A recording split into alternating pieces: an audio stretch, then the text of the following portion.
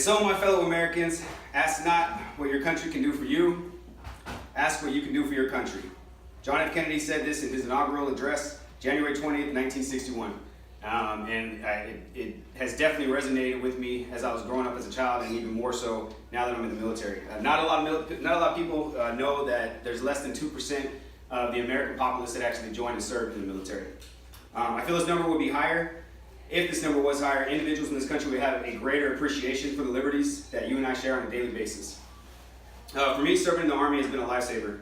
I come from somewhat of a rough background where I can admit I put myself into it. I dropped out of school in the 8th grade. By the time I was 19, I was working 4 jobs, and one night it just really dawned on me, like, what am I going to be doing in 40 years where I don't have any type of continuity between where I'm at here as far as insurance. And when I mean insurance, not like car insurance or life insurance, but insurance of having like a good place in life. So after doing some mild research, I thought the military would be the best choice for me. And I know my story is not much different than many other Americans out there. But after being in the military for 16 years, I can tell you that the military was the best option for me, and very well could be the best option for some of the young Americans out there, even middle-aged individuals. As a U.S. Army soldier, I'm going to talk to you today about the benefits of joining the Army. If you don't know what you want to do with your life, or a career path that you want to choose, you're not alone. My nephew was in the same boat not too long ago. After talking with some of his family members, he served up. He's now clearing routes in Afghanistan. But don't focus just on that. Yes, that's a dangerous job that he's doing, but he's also securing a spot for his family moving on in the future. And another good thing about the military, when he gets back, he's on his first enlistment. So if he wants to change his MOS when he comes back, decides that's not something he wants to do, that's always an option in the military. Compared to if you go to college and you put all this money towards a degree, and all of a sudden you're stuck, you're an accountant. And 2 years into being an accountant, you realize, wow, I don't like being an accountant. In the Army, you can actually change your position.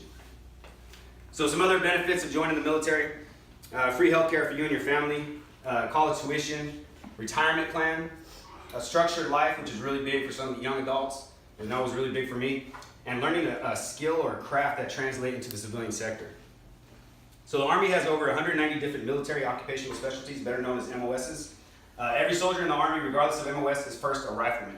That means when stuff hits the fan, you're able to react appropriately, and that's something that you learn in basic training.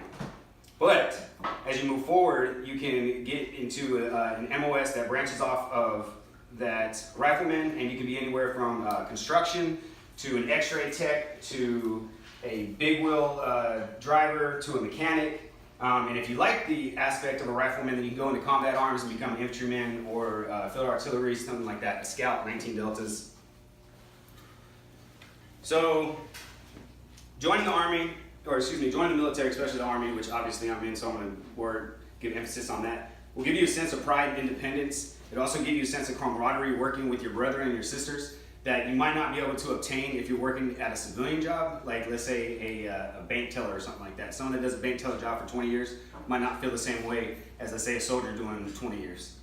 So that being said, I'm going to talk about my MOS real quick, then I'm going to hand the floor over to some of my assistants here. So I started off in the medical field, and then I transferred over into logistics, because that's, for me, it's a broader spectrum. When I do retire and I do get out the military, basically my job is to acquire and redistribute anywhere from class 1 to class 10 to units that are functional and operational across the spectrum of the battlefield to ensure that they can do what they do, i.e. maneuver battalion. So I'm what you know as an enabler. Sergeant First Class Barker. Hello, I'm Sergeant First Class Barker. I'm a 68 Romeo, which is a veterinary food inspector. So my MOS, we're in charge of the food safety and defense, so all the food that comes into the installation that is stored and that is prepped, we make sure that it is safe and healthy for soldiers to eat. Overseas, we do the same thing to make sure that our soldiers, Marines, sailors are eating healthy food so that they can go out and do what they need to do. My name is Sarah Rosa Delaire, and I'm a 68 Tango, which is animal care specialist, and we're in charge of the military working dogs at a GOA mission here at Fort Polk. I'm Sergeant First Class Doty. I'm an infantryman. My job is to close with and destroy the enemies of the U.S. in close combat. Currently, I serve as the NCOIC for Joint Security Force Assistance and United States Army Individual Advisor Course, training the future combat advisors deploying overseas. All right, so the military has a plethora of opportunities. Take advantage of the circumstances and that make it possible for you to do something great. The military is a great choice for any young adult or any midlife individual who still doesn't know what they want to do with their career. So I'm going to close with another quote from the late great JFK. We dare not forget today that we are the heirs of the first revolution.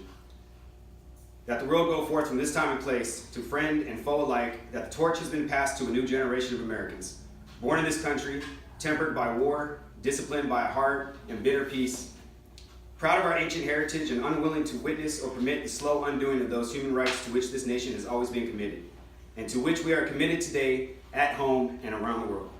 Thank you.